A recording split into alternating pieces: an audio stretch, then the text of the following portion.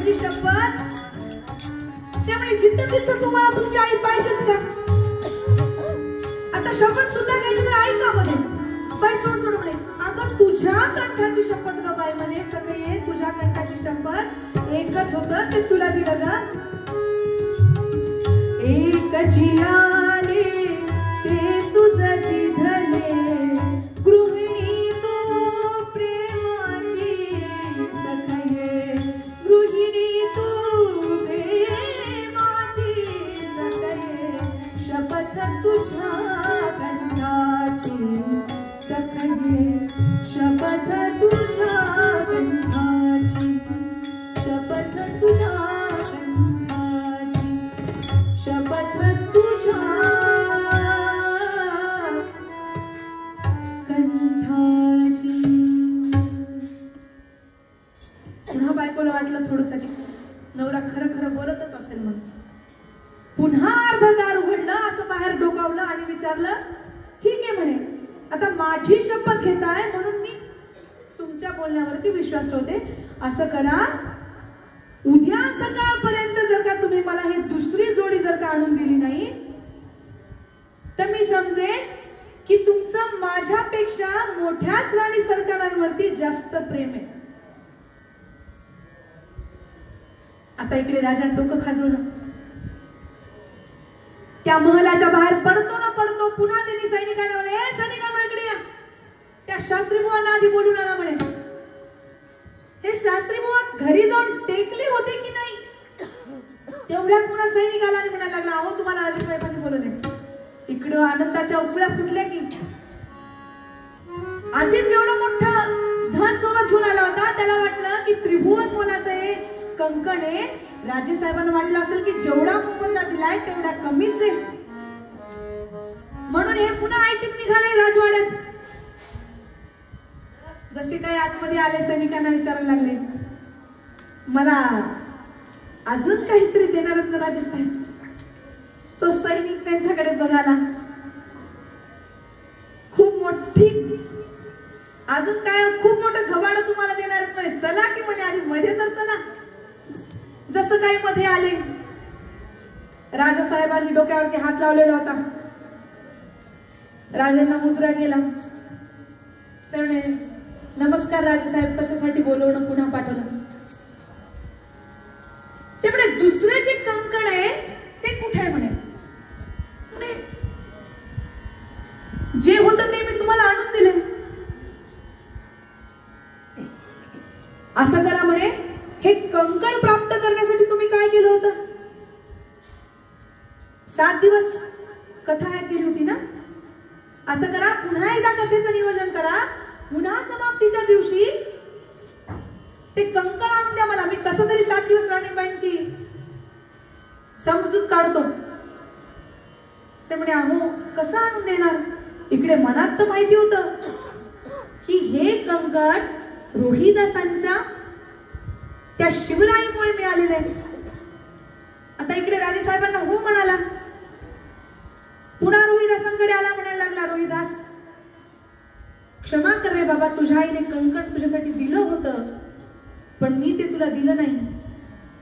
ते मी राजांना दिलंय. सगळी जी काही घटना घडली होती ती सगळी त्या राजाच्या महालात घडलेली घटना सगळी त्या शास्त्री बुवांनी रोहिदासांना सांगितली. आणि म्हणायला लागले, असं करा, अहो तुमची अजून एक शिवराई द्या, मी काशीला जातो, गंगेला अर्पण करतो आणि दुसरं कंकण घेऊन येतो.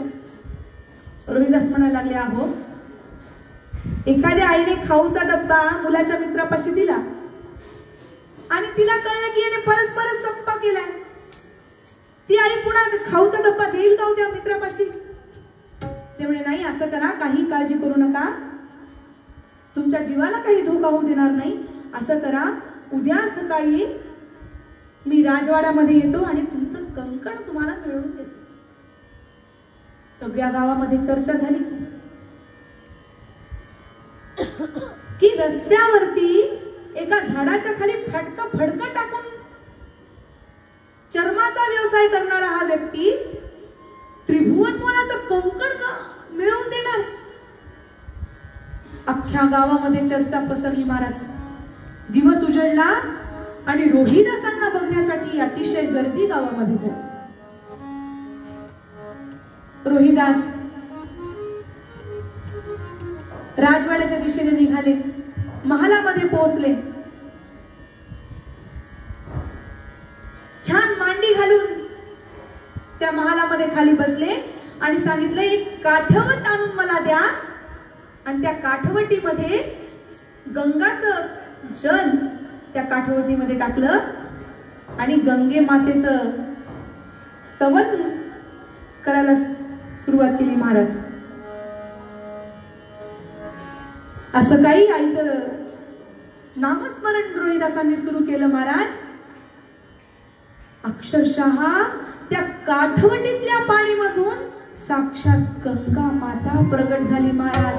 बोलो गंगे मात की जय. जशी जशी ती गंगा काठवटीमधून वर येते महाराज, आधी केश आले, नंतर कपोल आलं, डोळे आले, हळूहळू सगळे गंगे माताचं जसं जसं तनू त्या काठवटीतून बाहेर पडते, सगळ्यांचं लक्ष गेलं महाराज ते म्हणजे गंगा मातेच्या हाताकडे. इकडे रोहिदासांना वाटलं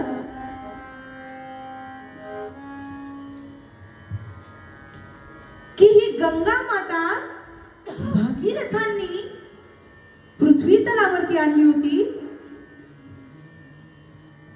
पण ही पृथ्वीवरती आणली होती कारण की सगळ्यांचा उद्धार व्हावा म्हणून. पण याच गंगा मातेने माझी लाज राखण्यासाठी या पृथ्वी तलावरती पुन्हा एकदा प्रकट झाली.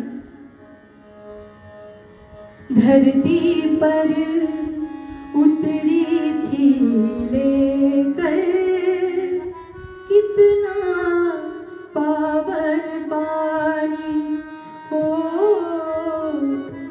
इसमें नहाए कामी क्रोधी लोभी खलज्ञानी.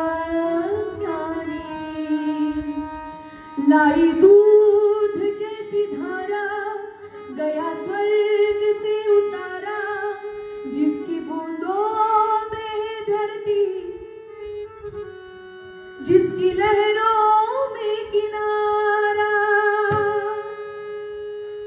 नदी और नाली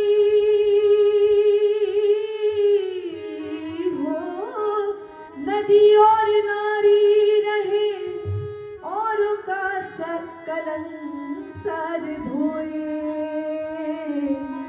राम तेरी गंगा में हो गई, पापियों के पाप धोते धोते हो. राम तेरी गंगा में हो गई,